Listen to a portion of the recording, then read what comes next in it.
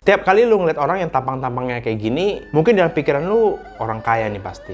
Atau ini pasti nasabah prioritas BCA nih. The truth is, banyak banget orang Chinese yang justru ekonominya struggling. And I'm pretty sure everybody know this. Tapi stereotip kayak gini masih sering banget dipercaya dan sometimes it become racist. Diceritakan dalam tempo sesingkat-singkatnya. Sebagai makhluk sosial, stereotip tentu aja jadi bahan pertimbangan kita tiap ketemu orang yang belum kita kenal. Kalau ketemu orang Timur, yang dipikirin sama orang WIB, serem nih pasti orangnya. Kalau ketemu orang Batak, jago nyanyi nih pasti. Bahkan tiap kali ada tukang bakso yang jualnya laku banget, ada aja yang komen, abangnya pasti bikin bakso pakai kolor nih. Karena stereotip adalah salah satu bentuk pertahanan kita sebagai makhluk sosial. Sampai kita tahu orang ini lebih jauh ketika udah kenal deket. Tapi justru dalam circle tertentu, manusia malah ngebentuk dirinya biar sesuai sama stereotip itu. Contohnya kayak stereotip yang memandang kalau orang Cina itu pasti pintar, harus kaya, harus sukses. Stereotip kayak gini bikin banyak orang Chinese-nya sendiri yang akhirnya juga mikir, kalau lu Chinese dan lu nggak punya toko gede, atau gaji nggak gede di usia muda, atau nggak masuk IPA, berarti lu termasuk sedikit dari banyak orang Chinese yang patut dikasihani. Dan lu nggak mau itu terjadi pada diri lu. Pikiran kayak gini lama-lama bikin banyak orang Chinese yang jadi nggak pede buat jadi diri sendiri, nggak percaya sama passionnya, dan takut banget buat ngejar mimpinya. But I want to go pursue my dreams. And he was like, no.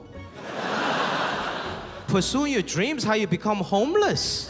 Dan karena stereotip ini juga, sometimes banyak orang yang lebih milih buat bohong atau ngusahain sesuatu yang di luar kemampuan finansialnya. Mereka nggak mau kelihatan kayak orang susah dan temen-temennya sampai nanya, emang bisa dapat berapa lu kerja sampai keringetan kayak gini? Atau lu nggak mau cari kerjaan lain aja? Atau lu nggak mau balik ngantor lagi aja? Tapi sama kayak semua hal lain di dunia ini, stereotip juga punya efek negatif dan juga efek positifnya sendiri. Stereotip bikin banyak manusia cuma mau bergaul sama circle-nya doang. Stereotip orang-orang Indonesia Barat bikin orang-orang Timur dianggap jadi kayak orang jahat, kerjaannya debt collector, kembalikan duit yang sudah Anda pakai, penjaga klub malam, kriminal, atau kalau misalnya lu lagi nelfon ke toko material dan lawan bicara lu ngomong, nggak bisa, wah juga ada untuk kecil itu. Mungkin dalam pikiran lu, pasti dimahal-mahalin nih. Dari mana duitnya? Karena ada stereotip negatif kalau orang Chinese itu licik, individualis, dan money oriented. Keren banget. Berdasarkan penelitian yang dilakukan psikolog ini kepada 100 warga Chinese Indonesia dan 100 warga pribumi, stereotip inilah yang akhirnya dulu dimanfaatin beberapa oknum politik di balik pembantaian Chinese Indonesia di tahun 1998. Bahkan ketika pandemi di tahun 2020, banyak negara yang mengucilkan warga keturunan Cina karena negara nenek moyangnya adalah sumber dari virus ini. Padahal sehari-hari Chinese ini hidup di negara berbeda. Tapi seperti yang gue bilang, semua hal ada negatif dan juga ada efek positifnya. Stereotip bisa buat kita belajar buat bisa masuk ke circle yang lebih baik. Sehingga pola pikir kita dan koneksi kita juga lebih baik. Banyak artikel yang bilang kalau orang Chinese itu pada kaya karena kerja keras, rajin, pintar menabung, pintar muterin duit. Tapi nggak semuanya benar.